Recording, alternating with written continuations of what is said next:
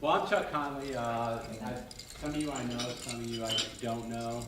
Actually, many of you I don't know. But I think what I wanted to cover today, realistically, is kind of share some thoughts with you. I've been on the board for 16 years. I've been on district or region staff. We call it different things at different times. And I'm actually a practitioner. I'm a senior director at NOV and supply chain management. So what I wanted to kind of do is we talked about this presenting is I wanted to go over some topics with you and share some thoughts. But one of the first things I wanted to share with you real quick is that, I know you. Anyways, is one of the things that I wanted to share with you is that a story about supply chain management. I want to dial back into the 90s, early 90s. And I worked for a vice president of materials. And I just came onto his group. And his comment was he felt his big accomplishment for the year was getting the CEO to be able to spell supply chain management. Now, our CEO is very, very smart, so I don't mean this in any way derogatory, but the thing was that realizing that supply chain management is actually something important, something you should care about. It's just not cost. Now, let's face it, how many of you guys work in, what kind of functions do people have, you guys work in? Tell me. Speak up. Procurement. Procurement. How many people in procurement? Okay, 3 or 4. How many in forecasting? Nobody. Well, 1. You're alone. No, I got forecasting too, so I'll stand by you. All right, how many in production planning or scheduling? Material planning. Logistics. Ah, there we go. Hey, you know we got a new certification coming up, right? Yeah. All right, we'll talk about that in a little bit. Let's see here. How many are in compliance? Ooh, impressive. Import, export, fun stuff. So if you look at it, we tend to look at supply chain a lot of times in terms of the function we're in or non-function. But if you look at it, really supply chain is more than that. And that's what we're going to talk about today. So let's just start off with a moment and just kind of play a little game. Some of you have played with me before, but I think most of you have not. I want you to take, let's say, 3 minutes at your table, and I want you to come up with the weirdest, strangest supply chain you can think of. Strangest supply chain. So in other words, something you wouldn't necessarily think about as supply chain, but oh yeah, it's a supply chain. Go ahead. Clock starts now. Pressure's on. Yeah, you can't use it without using class. Organ donor? That's a good one. Is that collection? Not collections, for the money. Transportation. Yeah, helping you get there. Little whales. I like the organ donor. I'm just brainstorming. There's got to be something better. He said organ donors. Because you got to get that where it needs to go as soon as No, it's just I don't know why I keep in my head. I'm not organ. I'm just trying to start a conversation. It's like embalming fluid. It does require procurement and planning and logistics. to the extreme, pretty much. Thinking about products that we use, where it's like you never think that's a weird supply chain. Well, I was trying to think of something reverse logistics. It's so painful.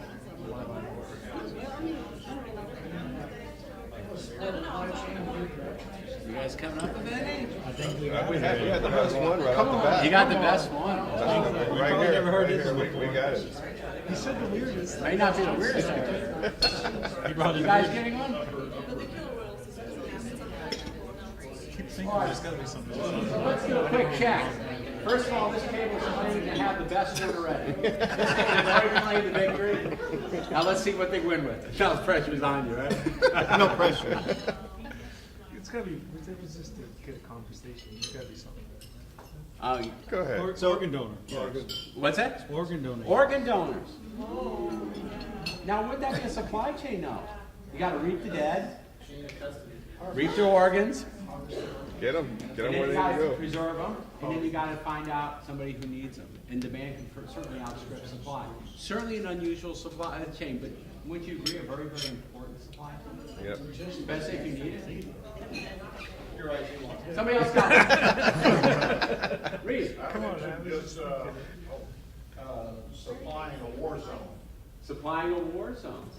Think of the challenges of that. It's not like you can say, well, we'll be there tomorrow. You can wait, it's not urgent. You know, it's cheaper freight if we put it on the water and fly it, right? It doesn't work too well. Very good example. One other one. Anybody? Well, we got the, oh gosh. We got, how do we get the killer whales to the SeaWorld? I know we can't get them anymore, but before, the supply chain was really weird, right? You can go and fish for them, you have to rescue them. So, but then again, like, how do you plan for it? What's the forecast and stuff? So a couple of weird ones. You guys are getting the gist of it. It's one class once brought up cows and methane. I'll let you figure that one out. I'll tell you another one talked about having kids, and I'll let you figure that out if you don't know already. But the gist of it is, can you guys hear me without this, or you want me? That's better. That's better? Okay, thank you. But the gist of it is, I want you to think about this for a moment. The purpose of the game, realistically, was I want you to look around the room and identify anything that didn't come from a supply chain. Look around the room. What did not come through a supply chain? It could have been a bad supply chain. It could have been a very good supply chain. But everything does. So now let's kind of look at it a little bit more. So starting off the presentation, I found this. Everybody ever see this one before? Optimist, pessimist. Let's talk about ice. So let's talk about the pessimism that's going on right now, as I know some of you guys are looking for your next opportunities. And right frankly, I was doing some, so one of the functions I do have is forecasting, and so I was looking at numbers, obviously, and one of the things was rig counts in the U.S. are down 57% over the last year. 57%. So if your industry is heavily tied or partially tied to rig counts, you're feeling it. If you're a supplier to a company that's heavily tied to rig counts, you're feeling it. It's also 37% if you want international. So it's not just a U.S. problem, it's an international problem.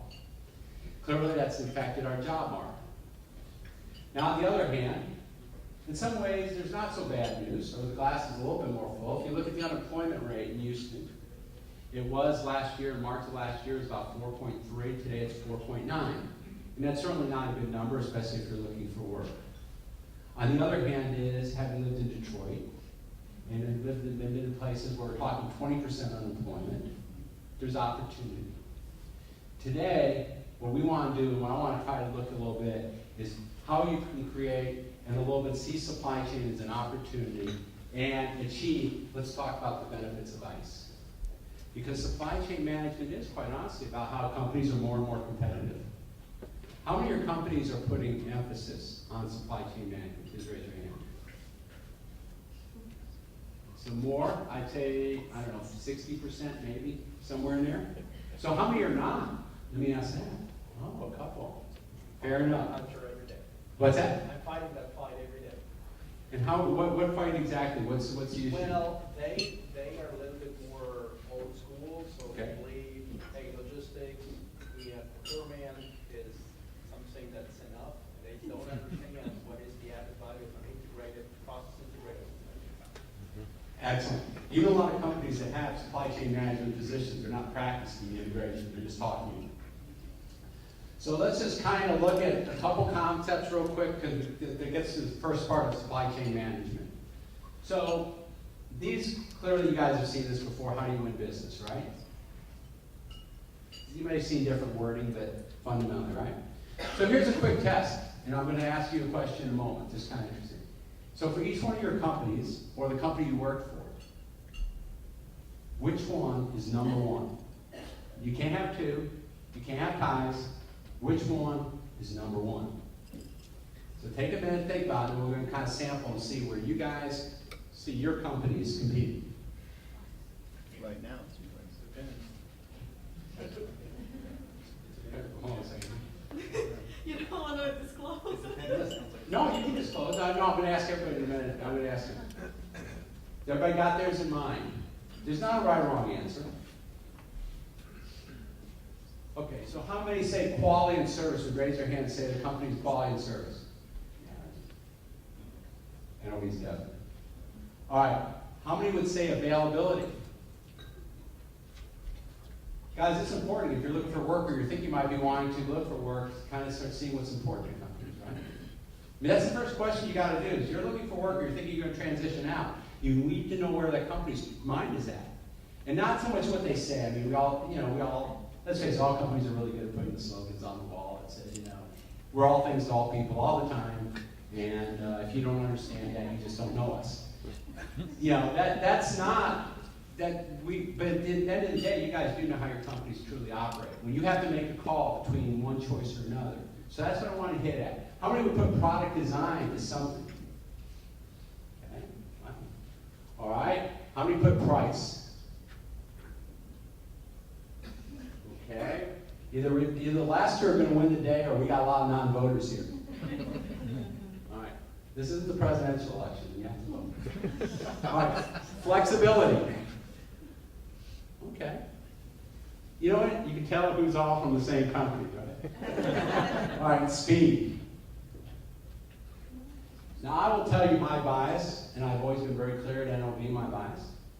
I believe in speed. I've used the phrase, I'm a speed freak. I'm an adrenaline junkie. And the reason why is speed, in my mind, is the only one that can improve everyone. If I'm fast enough, I have to have quality because I can't have things slip to be fast. I'm talking effective and fast. I'm not just talking running in circles. Availability. If I'm fast enough, I can make it available for you. If I'm fast to market, I win the market. So I will make that argument. I'm not saying your company should change its operating model, but I will say as an underlying thing, I always find that speed is the most important. If you kind of go through and you look at it, let's talk about companies that died. Give me some examples of companies that died. Blockbuster. Why did Blockbuster die? Failed to innovate. Failed to innovate. What related to supply chain made Blockbuster die? Physical. They're distributing the wrong product. Their market was built on putting physical things in shelves and counting on you coming on Friday night to buy videos, and now you can just stream it at home at will. Why do I want to put inventory all over the world and hope that I get it right when I can distribute the same content electronically real time to only those who want it, and as many of those who want it, right? Excellent example. Give me another one. DEC, the computer company? Digital Equipment Corporation. Oh, yeah. Okay, just checking. Okay. Okay, so what did DEC do? DEC came out with a product. They were revolutionary in a certain way. And they screwed it up from their supply chain. This is Chuck Conley's view. Others might disagree. DEC had an interesting thing. They were running with their first company to really try to have an operating system that ran across all different scalable options, from basically the laptop, the Rainbows, all the way up through their VMS. They were not able to capitalize on it. Ultimately, they lost out to economies of scale and Compaq bought them. Who else? Kmart. How does Kmart's supply chain fail? They lost to Walmart pretty much. Yeah, they tried to fight Walmart on cost and they couldn't do it. In fact, Kmart merged with Sears and they called that, the Wall Street Journal had an article that said it's like two drunks trying to prop each other up down the street. So, aren't you glad you don't work? Does anybody work for those companies? Sorry. I apologize to those of you.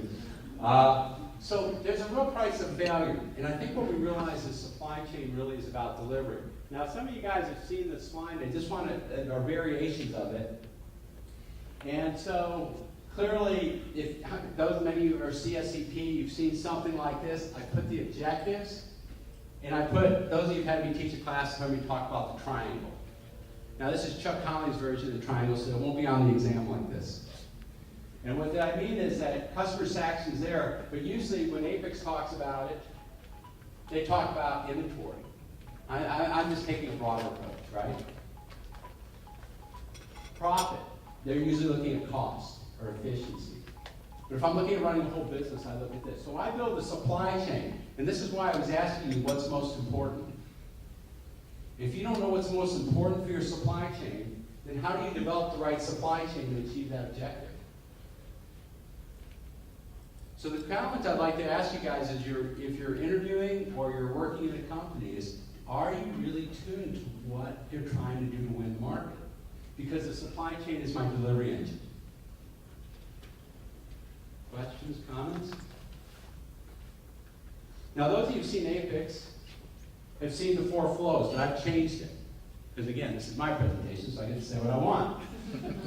And what I wanted to do was highlight, we all know material flow, and I'm going to, oops, we all know material flow, and I'm going to talk to that. We're going to talk a little bit to cash flow, information flow, but I changed, instead of using reverse logistics, which to me is variance of these anyways, I looked at people flow. How many see that as part of the supply chain? Raise your hand. I'm hoping walking out of this, I've changed a lot of your paradigm to all you see this as maybe the most important of them. Number one, people are the one that makes the supply chain work. We can't change or improve a supply chain if you're not there to change it. We can't make it work right if you don't know how it should work. So as you guys want to have careers in supply chain or the different parts of it, we need to know how it works. We need to know what we're going after. And so constantly, companies are bringing in people, and unfortunately right now we're laying off people. But let's look at the best of times when we're bringing in people. Weren't we having people leave our company for better opportunities? Weren't we having people move to other functions because they got promoted? So under best of times or worst of times, people movement, people development is a critical competency that makes us all work. So we'll come back to that thought, but I wanted to highlight that different. I'm not saying Apex is wrong, it's just I have my own views of the world and I'm giving them to you. Leveraging a lot of what I learned in Apex, but leveraging some things I've learned over the years. So now, when we talk about linking supply chain, everybody's seen this picture, right? Supply chain is about linking operations. How many really feel like they know what that means? I find most people don't, actually. So for example, let's go outside our industry. Does finance have operations? What is finance operations? Well, give me examples of finance operations. Well, the flow goes from the customer going to the tower, and the tower does the connection, goes to the Okay. What is the exact process, though? I'm looking for an operating process. Operating process is usually an execution activity, so let me help with that. Activity-based accounting, Activity-based accounting, so that's about the costing thing. zero sum, build it up. What you'll see, though, is a lot of, like, on the accounting side. Like, you go to the bank, what I was looking for is more the banking operations, which is the receiving and pushing out of cash, right? That's the fundamental operations they do. If you go look at a supply chain, let's look at some supply chain operations for a moment. Let's just kind of take their thing. There's receiving operations, right? Where fundamentally I have a process that receives goods in. That may be manufacturing operations where the sole purpose of that process is to make things. Then I go through and I have distribution operations, which the whole thing is to ship them out. Then I have sales operations, which is managing the individual flow of orders in and out. So you see it's very process-based. The problem we have in supply chain management is we usually talk at a very functional level, but we don't see the flows. And that's why I want to come back to those 4 flows. Supply chain management is purely about flow. Operations is about executing a task. Manufacturing is executing a task. Supply chain is about linking flows. Are people kind of, does that kind of help a little bit as they see things differently? I want you to see it differently. I mean, the words you could probably use yourself, but are you seeing your company differently? So when you have activities going on the shop floor, there are some core operating activities going on, but there's a lot of peripheral activities. Planning is not an operation. Planning is a function that supports operations, right? So as we look at that, I want you to see that. And now as we start talking about the different functions and we talk about some key trends, there's a bunch of buzzwords up there. But let's look at what that really means from a supply chain standpoint. So first of all, in the world economies, let's face it, we all know we're more interconnected, right? Does anybody doubt that? when you start reading it, it's kind of funny when I see some of the political discourse about walls and things like that, I'm going, well, are we moving back to the 18th century? Globalization is here to stay. It isn't a matter of can we put our head down and get it. And I'm not trying to advocate one president over another. There's a lot of silly things I'm hearing. But fundamentally, from a supply chain standpoint, we're connecting more and more. The world of companies is a very interesting thing. I don't know if you realize, like ExxonMobil is larger than most companies' GDP. They make more in revenue than most countries in GDP. They were like 20% of what the United Kingdom makes. Exxon alone. So we're seeing more and more world companies. And what domination, what changes is that going to make? And continues to make? And let's face it, if a world company grows 10% and a medium company grows 10%, isn't the world company driving a bigger and bigger gulf between them and their competitor? So that's something with supply chain. You all have heard the argument, and what I'd say when we look at these topics, I could go through them all, and hit a couple other ones in a moment and relate to you. But you really, the thing I would encourage you, are you each functional experts in your area? How are you developing your functional expertise? Are you aware of some of these things? Some, yeah, I know you've read some. How many have really worked or understand the concept of intelligent supply chains? So let me give you an example. Let me give you a couple examples. Example 101 is kind of an offshoot. I went and had to get my driver's license. How many did the driver's license, like off of Geston, not too far from here? Well, a little bit. How long do you wait? 2 hours. 2 hours, right? Yeah. You go faster? Are you faster than her? Slower? You're slower. Right? No, I mean, mine was a couple hour wait. My wife was. But one of the things they did with technology, which was fascinating, and I was actually quite impressed. I was not impressed with most of it. This impressed me. Was they actually, you had a number, and on my cell phone I could hit the letter S, and it would tell me how they're progressing. So I went out and got gas. And I could put it and tell them when they get to number 50, because I was like number 200 or something ridiculous, they could pin me. It was letting me know, it would let me know push ways, telling me when I'm up. But I also could ask it. So, you know, I was kind of bored, so I was hitting S a lot, you know. But the gist of it is, think about that. That's part of more and more an intelligent supply chain, because I remember getting my son, who's now 21, sitting for 6 hours off another thing, getting his driver's license. We went a little late, you know, I was like, no, I'll be fine. I'm going to have my coffee and going late. And I wound up sitting and sitting and sitting. No cues or nothing. You're just sitting there waiting and going, is this my number? So, again, look at this. I want you to look at your cell phone. How much information is pushed to you today on your cell phone?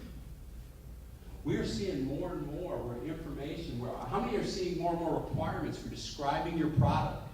It's not enough to say it's part number X and here's a description that takes 50 characters. We have to have an HS code on it, right? Everybody know what HS code is? How many? So what's an HS code for those who don't speak the language? Right? So that's the way the government knows how to classify it. And they classify it so they can collect money from you, right? I mean, that's fundamentally what they're doing. So more and more, we have to describe our products. How many have to get material certs as part of their business? What are material certs for those who don't have to live in that world? I know we have to get them, so I'm asking what they are. Anybody? It's for that certification that you are meeting certain requirements. Certain requirements, and there's explanations of what those are so that then it can also assess the material, and maybe it is. How many realize if you move a machine, move an equipment, piece of equipment, you actually have to get a license in many cases to move a machine, even within your own plant? Yeah, I've seen a lot of head nods. But those of you who don't are risking breaking a law in the United States. So there's a lot involved with understanding supply chain. And more it's about building the intelligence, because more and more we're integrating data and making it available real time. And so as we look at this, you guys have all, I'm sure, heard Amazon and their drones. You've all heard about now self-driving cars. What implications does that have on supply chain? I went to one of our LSPs, which is a freight forwarder. It was fascinating. We were actually watching a car, one of their cars, driving on Beltway to the airport. Not only that, they had full control of the car. Now, the person was driving it. But they could shut the engine off. They could shut the engine off. I saw it back in to one of the terminals to unload. On a big screen TV, within an office, not far off of Beltway. I'm watching this happen. Imagine the power of that. They said if somebody stole it, which could be a real problem in that, they can lock the doors so that they can't get out, shut off the keys, call the cops, and have them pick up. And some of you probably read related stories. I watched them have the ability to do this. So as we start looking at integrating technologies like that in our supply chain, the only way you guys can keep up and we can all keep growing and developing is by learning and applying these. I have responsibility for implementing the intelligent supply chain within my area. And it was funny, I was doing a presentation to all our plant managers, and my wife was going to Wisconsin. And what happened was, I got pinged from messages. They read my emails with her flight schedule, and Google told me that her flight was delayed in Chicago, and roughly when she'd be flying down next. And it gave me updates. It read my emails. Now, whether you like that or not, on the other hand, it was very powerful. I said, okay, I know where she is, I know what's going on. She'd have to try to call me while she's trying to see if she can find an earlier flight. So all these things you're reading about, and we can go through more and more, is about enhancing your supply chain. And it's just going to keep getting more and more and more information available immediately. Comments, questions? Explain TSA. Yes, oh! Aren't they getting better? Aren't they getting more intelligent? I think I get through the lines faster. You mean, No, them recommending getting global pre-check or getting clear or Right. getting those other things, and then it's kind of like the airline clubs where they were exclusive and now everybody's in them, so they're not as exclusive. But explain why TSA is just a matter of volume. We need more people doing this now, as opposed to intelligence. I really. I'm sorry, I didn't mean to. No, I don't have enough experience except for I know I just flew to Arizona and back, and I know I went through TSA pre-check and it was great. Yeah. I didn't have to yank my computer out. I didn't have to take off my shoes. I didn't get naked. You know, it was all kind of. Once in a relief, a lot of passengers, but so anyways. Now getting the financial flow, those of you who've heard me talk before, you know I am an extreme bigot as far as, and it's not because I have an accounting background. Its reality is, if you want to become an executive and grow your career, you got to talk financials. I did a presentation for a president and staff, and I kind of made a joke, and I got a lot of groans. I could see they didn't like the joke, but so be it. And the joke was basically this: is you guys all thought you became executives, but now you're all accountants. And it was true. Because fundamentally what we were talking about was revenue and COGS and base margins and obsolescence expense and all that other stuff. It had nothing to do with, here's the greatest new tool that's going to go down the hole and revolutionize the business. It was about money. So when you look at it, in many companies, how many look at financials at all?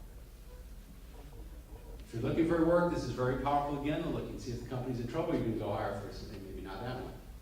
But related to this is COGS can be 60 to 80% of revenue. It's even can be 90%. So think about that. You go make $100, 80% of the cost is in COGS. Who drives COGS? Supply chain management. Manufacturing builds it, but supply chain links it all up to drive COGS because I also got my logistics costs built in there, right? So the more you understand the flow, money flow, material flow, now money flow, the more you enhance your career. Inventory. Not uncommon to see that 20 to 30% of assets on the balance sheet. So I take all this money from investors in the bank and then I go spend it on inventory. What becomes COGS? Where does COGS come from? Anybody see a CP better get this right or I'm taking it back. Finished goods primarily. It's primarily inventory. So fundamentally, one of the weird things is from accounting, be careful saying it's accounting unless you can defend it, but it's true. Assets are fundamentally expenses for the most part waiting to happen. So everybody gets all excited, I got all these assets. No, you have all these expenses that are gonna hit you at some point in time. The only one with cash is one of the exceptions. What's the expense for accounts receivable? Anybody? Don't we have allowance for doubtful accounts? It's an expense. Inventory, obsolescence. Plant, property, and equipment, depreciation. Goodwill, amortization. Yes, that's expense. Prepaid expenses, well, that's self-defined. They're ready to happen. So understanding and being able, if you want your opinion heard and you want to develop your opinion in your career, understanding financials allows you to articulate in the language that's wanted to be heard. It needs to be heard. So the people who make decisions are geared on money. If you don't speak their language, how do you get money?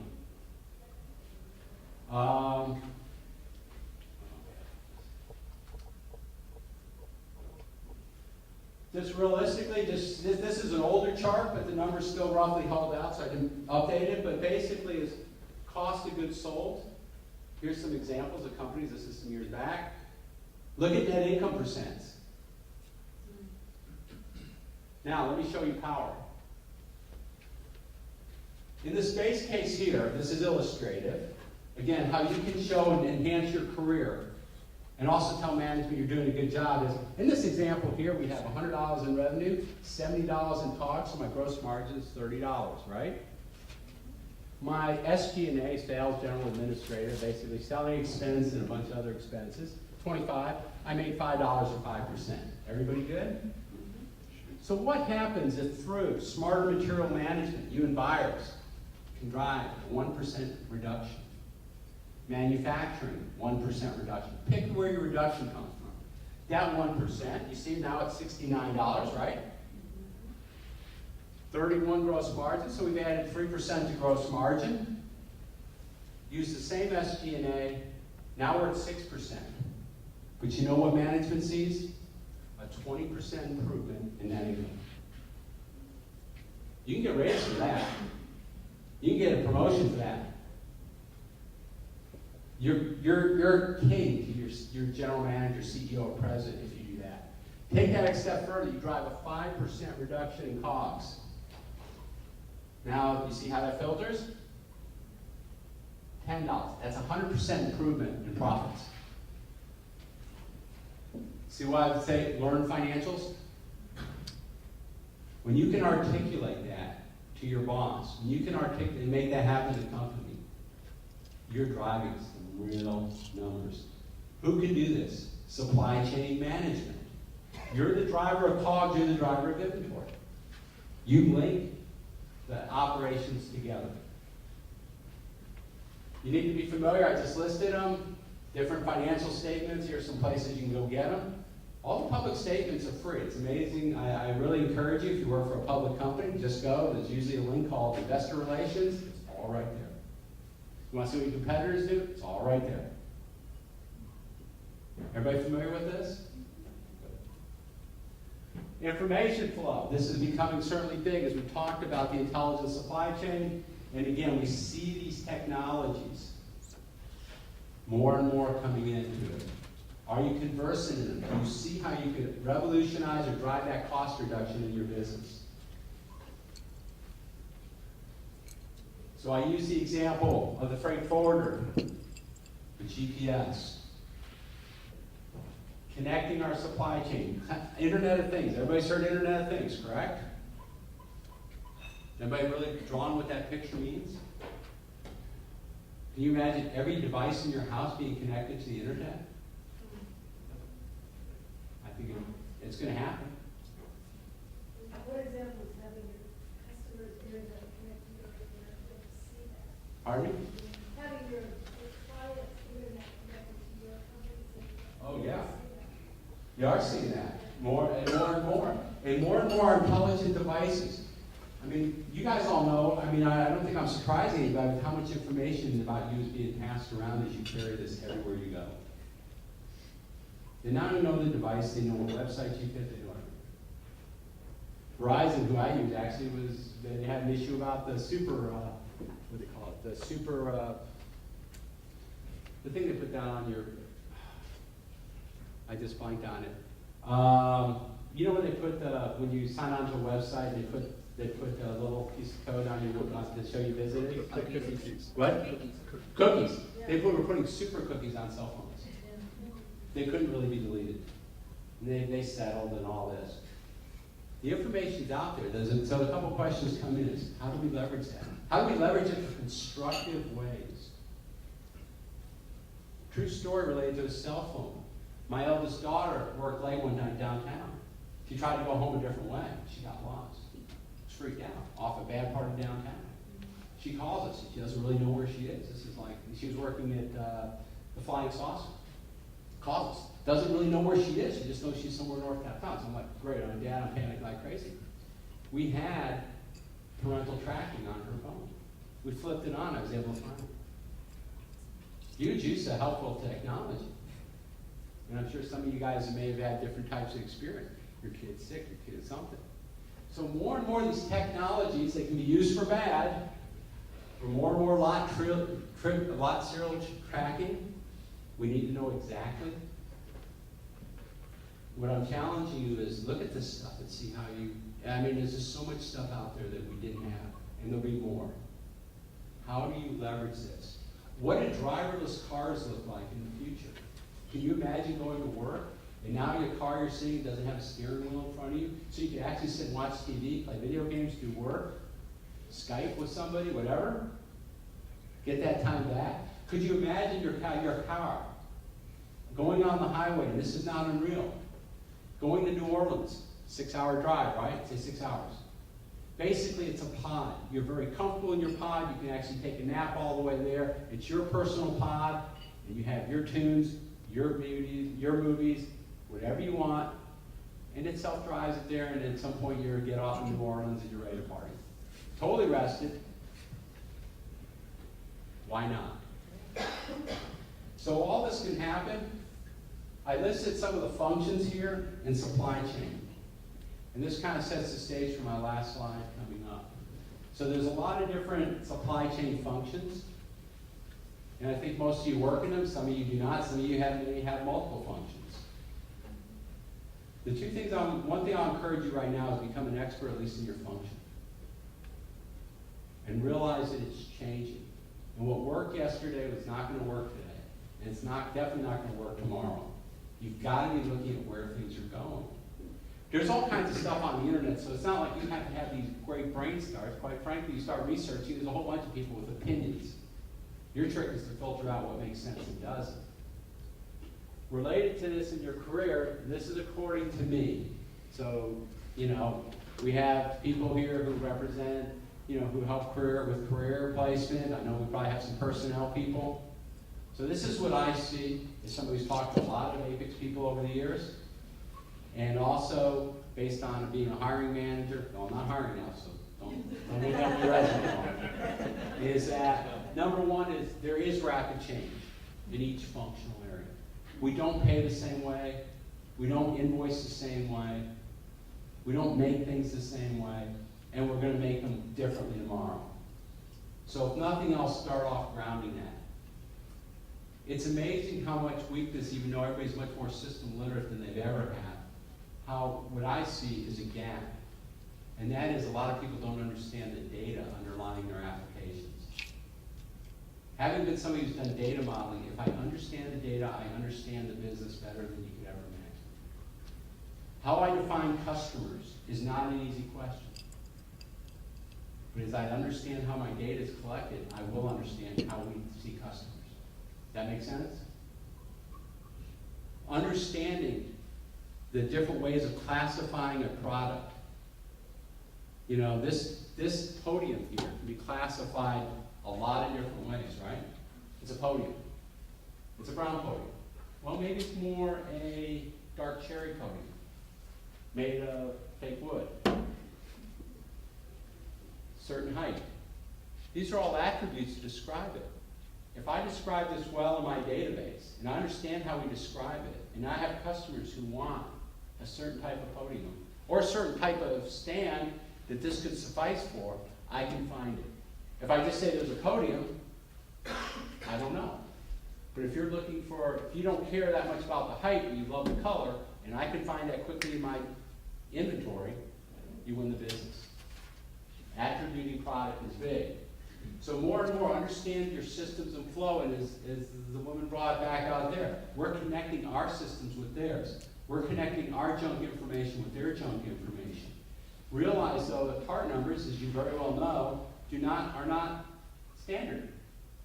So that becomes a real challenge when I want to connect my database to yours, and you have a totally different way of looking at part numbers. I have intelligence, you have intelligence, and our intelligence is nothing alike. Understanding that breaks down barriers. The big opportunity, what I really look for, I think for key roles, if you're really going to wear a supply chain manager hat, or supply chain director, or supply chain analyst, is cross-functional knowledge. Because fundamentally, supply chain is about linking things. Linking material flow, linking cash flow, linking information flow, and ultimately people. So I think the thing is, if you're looking to develop your career that way, and be really more of a supply chain manager, I think we're going to see more and more expectations. Supply chain managers are not just the expert who came up from manufacturing, or Joe in accounting who seem to have some interest. It becomes, who's worked in a lot of these linking functions, because I know how to bring them together. Which also goes to the soft skills, is do you have the people skills to bring divergent points of view together and hammer out an agreement? Because fundamentally, as in supply chain management, we are linking people who don't necessarily agree. Knowledge of financials, like covered, project management, while maybe not a required skill, it's certainly an important skill to have in your supply chain, because let's face it, all this change has got to be driven and led by somebody. And it can't be led daily by operations people who are getting emails in there, who walk in the emails in the morning and say, this order's late. It has to be people who wake up every day saying, how do I get this project done? Where should this project really go? What tasks are important? Maybe I have a couple tasks in my project we should just cast out because they're not driving value. So that's the fifth thing. I put certifications, so maybe that sounds like a sales pitch, but I'm not getting paid for it. But I'll just tell you this: you saw up front, I have my share of certifications. There are a lot of certifications. APIX offers quite a few good ones. Obviously, many of you are CPIM, many of you are CSCP. We're going to be offering CLTD, which is Logistics, Transportation, and Distribution, starting probably next year. It's a new program coming out. Besides that, APIX is not the only one. I do encourage at times, if you're really procurement, maybe it's CPSM. The important part, and I think one of the things the APIX Use chapter brings to the table, obviously, is we link a lot of different people together.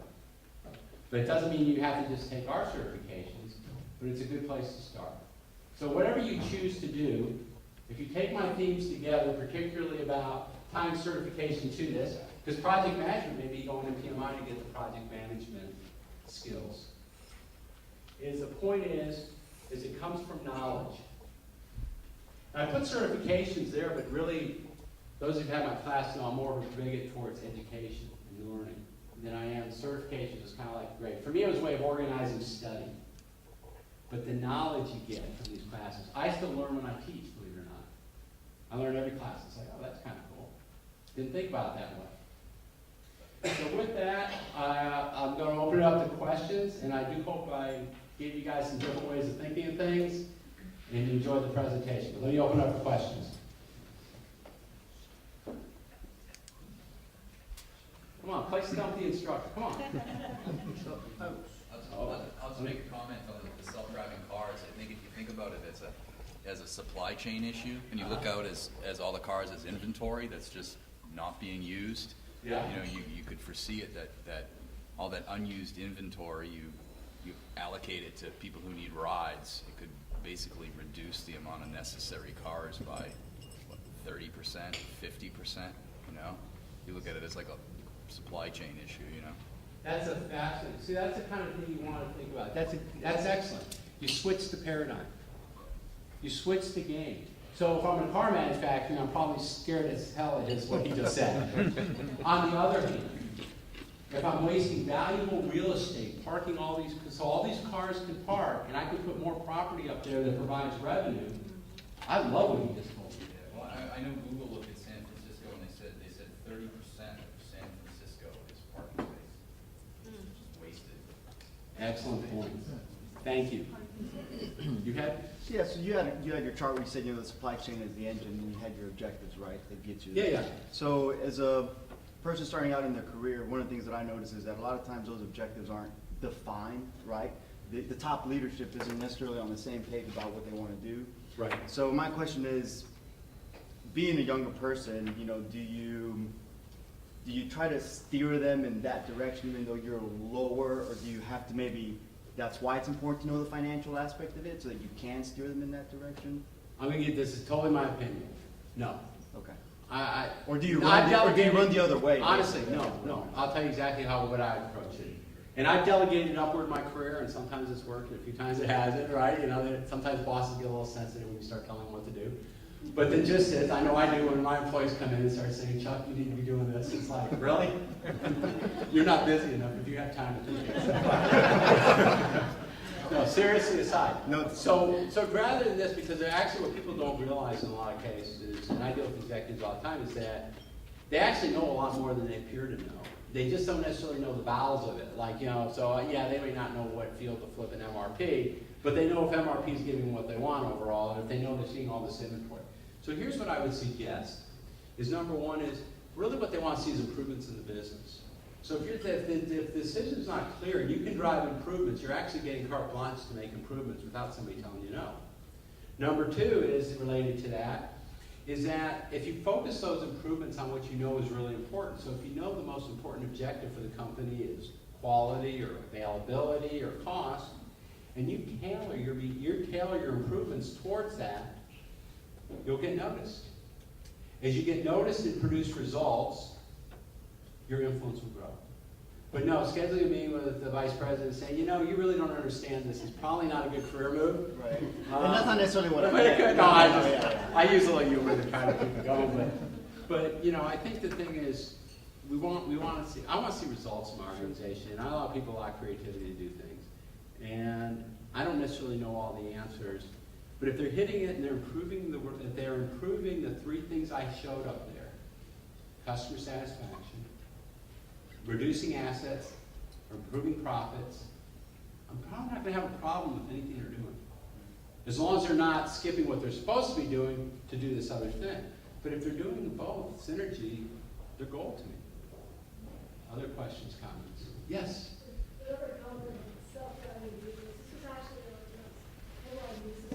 Oh. That they are starting to look at self-driving semis.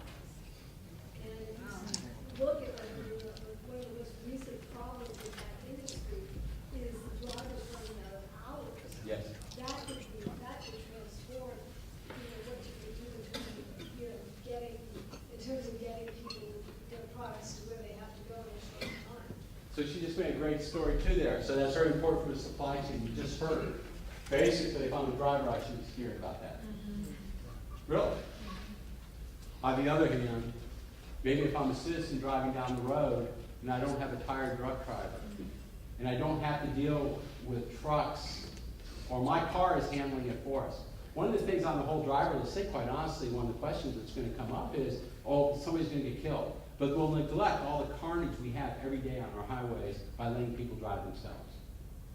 And then how many have seen the person on the fast lane, going 40 miles an hour texting away? Now we driverless, some of that goes away. And it has deterrence to keep the bumper from getting more than 10 feet away or something.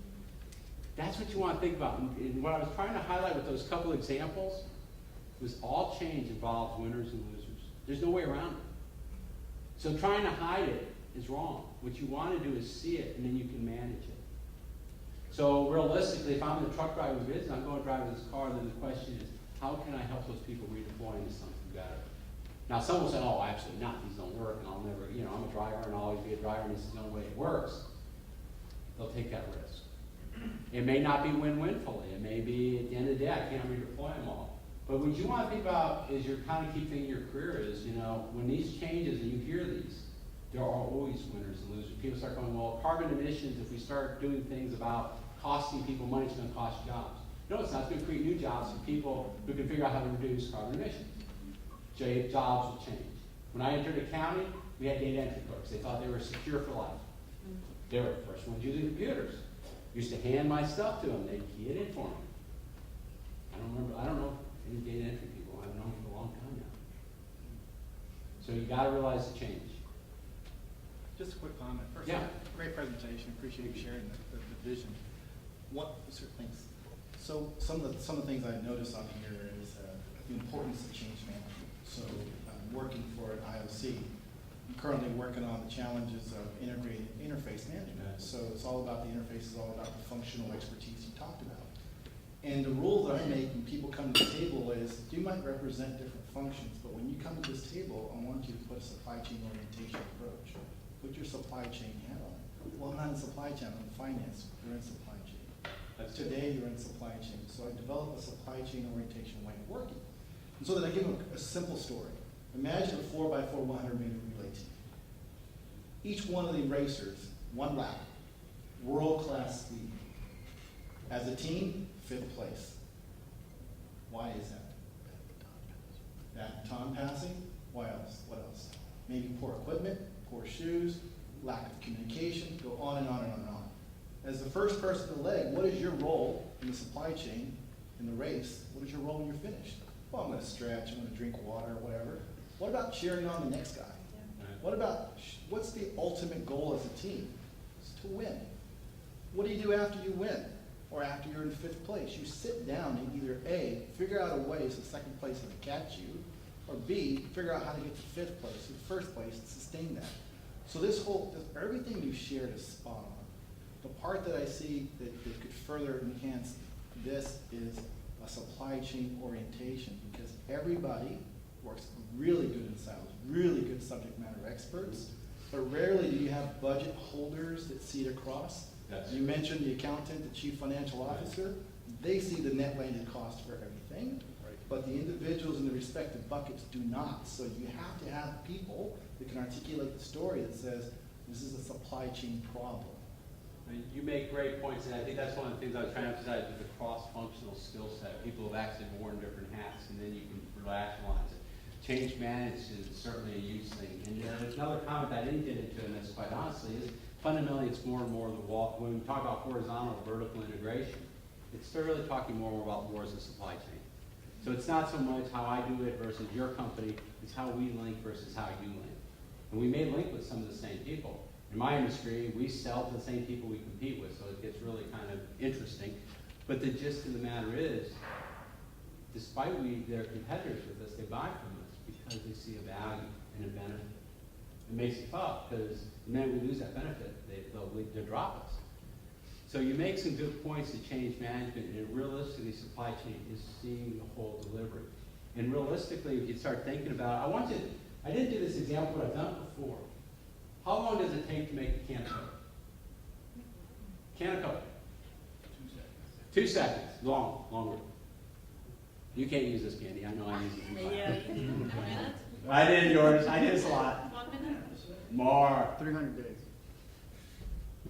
Spot on. Can of Coke. The solution is a can of Coke. It's not just a soda in the can. It's a can of Coke. So I want those little Christmas things on my can of Coke, or I want those little Super Bowl things. I got to make sure I have enough cans, which means I got to mine enough stuff. The supply chain begins from extraction to actual end consumption. Most of us just see a small part of it. In like an NOV, we stop at the operator, right? Operators, and there's, right? That all goes on there. We don't mine it, generally. We buy. We may buy raw steel from the mills, or we may buy it from a distributor. So we're in the middle of it. And actually, most of you guys are in a small part. And so no matter how you look, you're only seeing part of your real-world supply chain. And so realistically, is one of the big themes comes in to see further down. In SCORE, they talk about 2 levels back, 2 levels forward. But the reality is most supply chains are a lot more than 2 levels forward and 2 levels back. But that's a starting point. And if you're not seeing even 1 level back, that's a big improvement. Yes. Thanks, this has been great. I'm wondering if there's a resource for case studies on particular industries or something like that you can get at. I don't know if Apex had that or it was. Apex publishes a lot through the Horizon, like if you remember, not the Horizon. All right, it's our though.